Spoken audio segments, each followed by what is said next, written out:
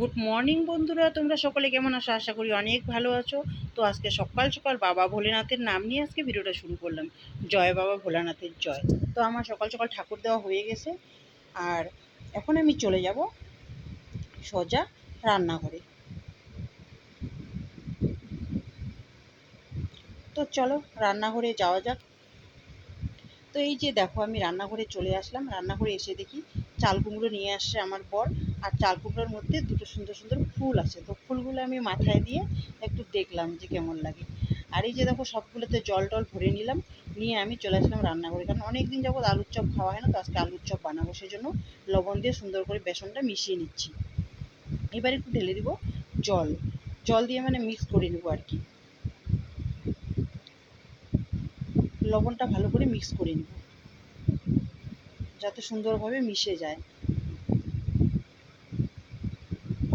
তো আর একটু জল দিলাম, দিয়ে এই যে দেখো সুন্দর করে বানিয়ে নিলাম চপের জন্য একটু মিক্স। তো এবার আমি চপগুলো বানাবো, কিন্তু আজকে এতই ব্যস্ত ছিলাম যে চপগুলো বানানোর ভিডিওটা তোমাদেরকে আমি আর দেখাতে পারিনি। শুধু তোমরা এই যে চপ বানানোর যে রেসিপিটা সেটাই শুধু তোমাদেরকে দেখালাম, চপ বানানোরটা দেখাতে পারলাম না, সরি বন্ধুরা। আর এদিকে দেখো নিয়ে আসছে গুঁড়া মাছ। আর গুঁড়া মাছ দেখে কিন্তু প্রথমে রাগ উঠতেছিল, তারপরে কিন্তু আবার ভালোও লাগতেছিল যে খেতে খুব টেস্টি।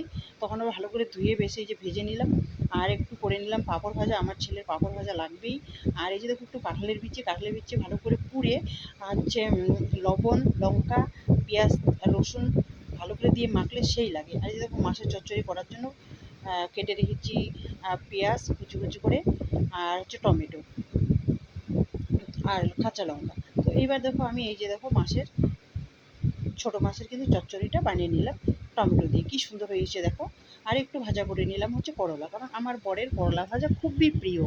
আর এই যে দেখো চাল কুমড়োর পাতাগুলো কিন্তু আমি বসিয়ে দিয়েছি কাঁচা লঙ্কা আর রসুন আর কালো জিরে দিয়ে। আর রসুন বেশি করে দিলে না খুবই টেস্টি হয়। আর এটা তো আমার খুব ফেভারিট। দেখো হয়ে গেছে, তোমাদের কেমন লাগে জানি না, আমার কিন্তু খুব ফেভারিট। আজকে এই দিয়েই ভাত খাবো। তো সবারই খাওয়া দাওয়া হয়ে গেল, শুধু আমি বাকি আছি। তো এখন আমার মেয়ে কলেজে চলে যাচ্ছে, আর ওর বাবাও খেয়ে দিয়ে ওর বাবাও ডিউটি চলে যাচ্ছে। কারণ যেহেতু কর্মস্থল যেতেই হবে, সে রোদই হোক আর ঝড়ই হোক বৃষ্টি হোক যেতেই হবে আমাদের, তাই ওর বাবাও চলে যাচ্ছে। আর সবাই যখন সবার কাজে চলে যায় বা বাচ্চারা স্কুলে চলে যায়, তখন আমি শান্তি মতো এবার আমি ভাত বেড়ে নিয়ে শান্তি মতো এবার আমি খাবো, মোবাইল দেখবো আর খাবো, কোনো আর ঝামেলা নেই। তো বন্ধুরা, আজকের ভিডিওটা ছিল এখান থেকে। যদি ভালো লেগে থাকে একটা লাইক কমেন্ট দিয়ে পাশে থাকবেন, আর যদি না লাগে তাহলে স্কিপ করে চলে যাবেন।